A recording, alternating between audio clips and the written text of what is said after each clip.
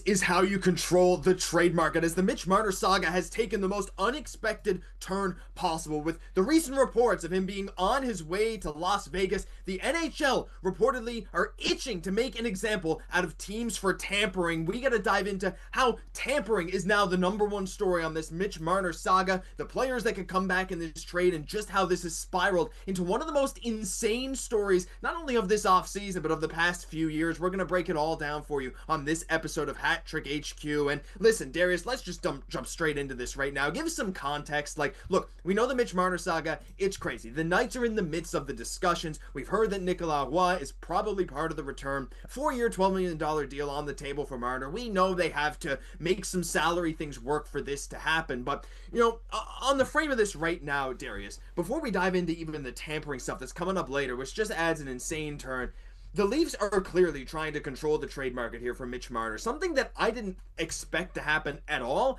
I was very much certain he was just gone July 1st, but right now the Leafs are, with the tampering thing, that's one thing that we'll talk about, but just the fact that they're even dealing with other teams on this front for Mitch Marner has got me not only confused, but just like, I don't know, it feels like it's absolutely come out of nowhere, but they seem to be doing a great job of manipulating what's going on. Yeah, absolutely. And I think that Brad Treliving is a GM that Leafs fans are actually getting behind for once in the last maybe 20, 25 years at this point, because he's not going down without a fight. He's saying, we know Mitch Marner's leaving. We know that he wants to do it for basically nothing. I'm going to do everything in my power to try and get something out of the Vegas Golden Knights, some pieces, which, we can get into the specifics later of who might be coming back in this deal or who's been named by insiders. These pieces might actually help the Toronto Maple Leafs. So it could actually end up as a really good thing for the Leafs to get some pieces back that won't eat a lot of the cap for a guy who's leaving in Mitch Marner. And again, like you mentioned, the rumored salary for Mitch Marner going to Vegas would be a 4-year deal at $12 million. But things are heating up. Vegas has been seen as front runners to land Marner for the last 2 weeks at this point. And this actually goes back all the way to last season, and we can get into that a little bit as well. We'll gloss over it a little bit because a lot of people have seen this already, but this goes back to last season where the Leafs were involved in trade talks for Shea Theodore. So Vegas has been kind of poking at Mitch Marner for about a year's time now, which is kind of what lends into the tampering stuff. And again, we'll get into that in a second.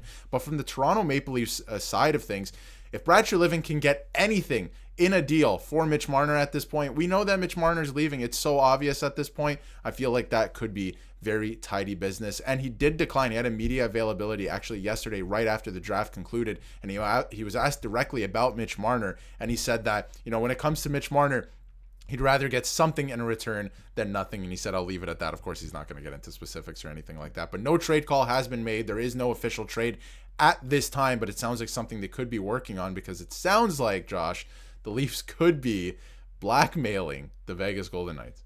I mean, could be. It kind of feels like it. Like, right now, what's going on? It's like, yeah, no, of course, Brad, you want to get something rather than nothing for Mitch Marner. Of course you do. But, like, I thought this relationship was busted because Mitch Marner almost, I guess he doesn't need to work with them in this case, but it's like, you kind of do if you're agreeing to a salary to the new team that you're going to. It's like they want to trade based on what the guarantee is that he'll extend. There is some working with the Mitch Marner camp here, but yeah, the way this has all been gone about is really shifty. It's sneaky. It feels like blackmail right now. And that's why we say, like, look, he's really manipulating, controlling the trade market, which has a lot of people up in arms. And look, it's really, really interesting. If you take a look here, some GMs and people around the league feel the NHL is itching to make an example out of a team when it comes to tampering enforcement. Quote, a couple of GMs told me Saturday they think the NHL is itching to try and make an example out of someone. And this could explain why Vegas is exploring a sign and trade instead, possibly to avoid any investigation or penalty. Now, you can talk to players at certain times. There's some things that's okay, some things that's not, but the amount of reports that have been coming out about Mitch Marner talking to other people has been so weird, and you can see here continued.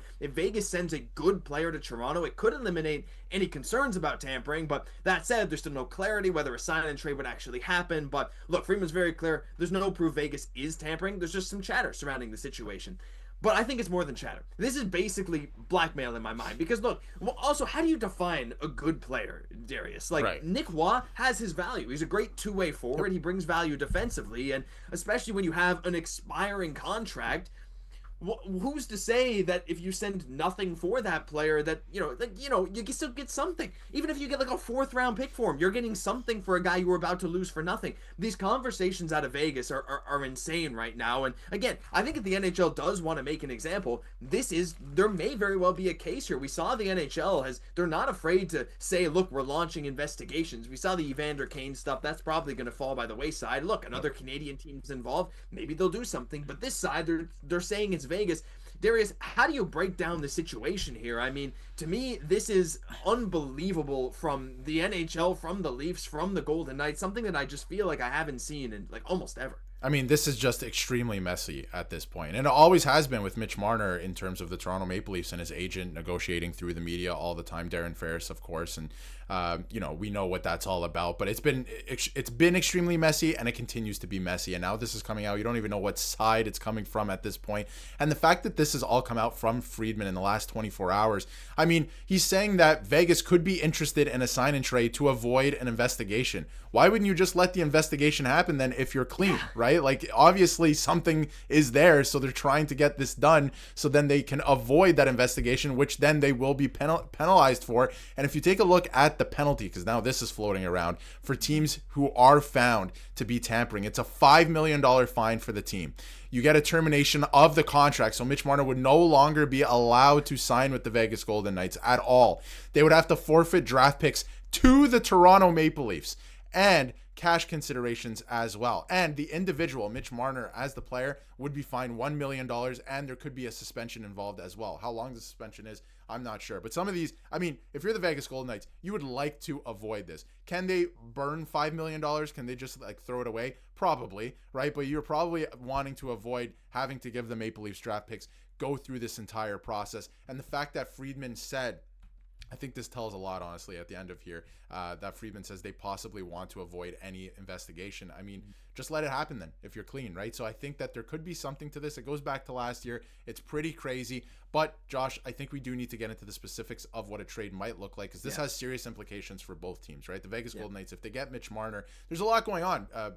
Peter Angelo or Pietrangelo is actually on LTIR now. We know that he's having to get surgery, multiple surgeries actually this offseason. So that plays into it. You can only be 10% or over the cap by 10%. So this plays into Mitch Marner a lot as well. A little bit, obviously, with him going on LTIR, but they need to shed salary cap still. They need to get rid of players, right? So the rumored players coming back the other way, and this is from Elliot Friedman and a couple other insiders as well, that it could be Nick Waugh and Nick Hague coming back the other way. Now, obviously, this lengthens the Leafs lineup. They can go out and sign wingers in free agency, right? Nick Waugh would be your third line center, and Nick Hague is a great defenseman who's won the Stanley Cup, plays a heavy style, and still has a lot left to be desired in terms of his offensive game that he left behind in junior. I just don't think he's had the opportunity in Vegas with the role that he has to play. But what do you make of the return in this? I think this could be a lot bigger than obviously people realize. I thought everyone thought that Marner would just leave in free agency.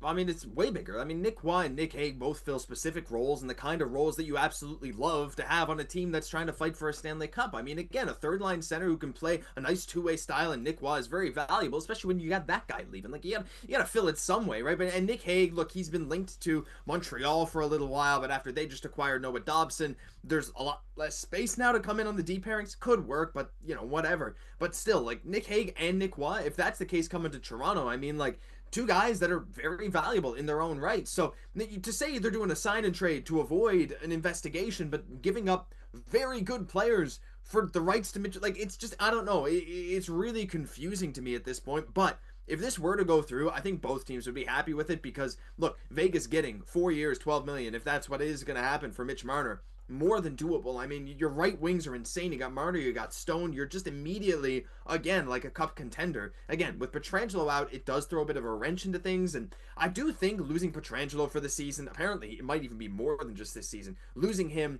plus Nick Waugh plus Nick Hague, like, that is a lot of depth, right? And that stuff is valuable for one top-end star on a shorter-term deal.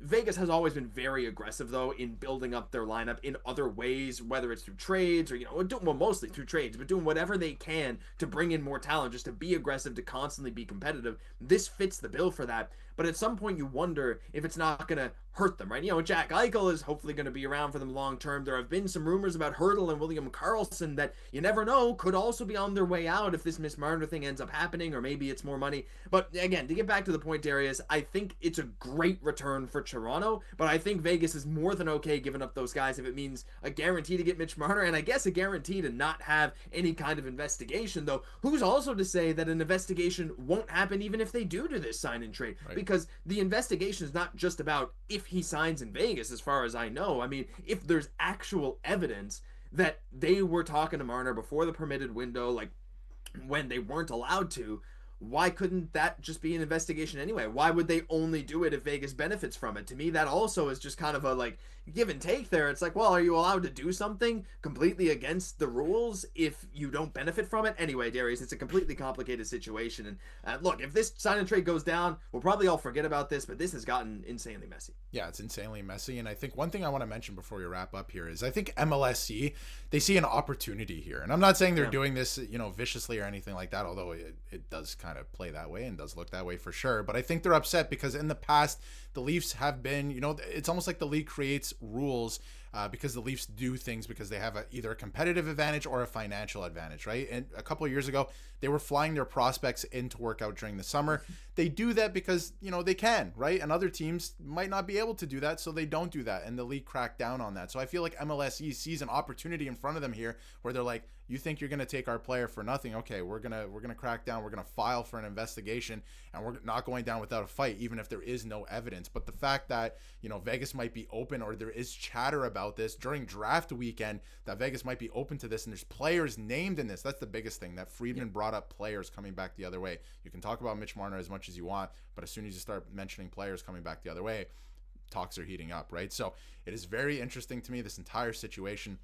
It's going to continue to heat up, and I feel like, Vegas probably just wants to avoid anything where the Leafs are like, listen, we're not asking for Hurdle or anything like that. Just give us a couple depth pieces in return, and maybe we flip Nick Hague or something. I think he would look great on the Leafs, first of all. But, let's do this, get this deal done, and we won't file anything. Yeah, we'll have to wait and see. I mean, this is an insane situation. The Leafs controlling this market, honestly, about to lose their guy for nothing. Brad Treliving coming in saying, nah, we have a chance to do something very interesting. So let us know what your thoughts are on all this down below. But listen, that'll do it for this episode of Hat Trick HQ. If you enjoyed, leave a like, comment, but hey, subscribe to the channel. You guys have been supporting like crazy, and we're going to be here with all kinds of updates on all your favorite stories coming very, very soon. I'm Josh Gosse, my co-host, Darius Domingues. We'll catch you in the next one.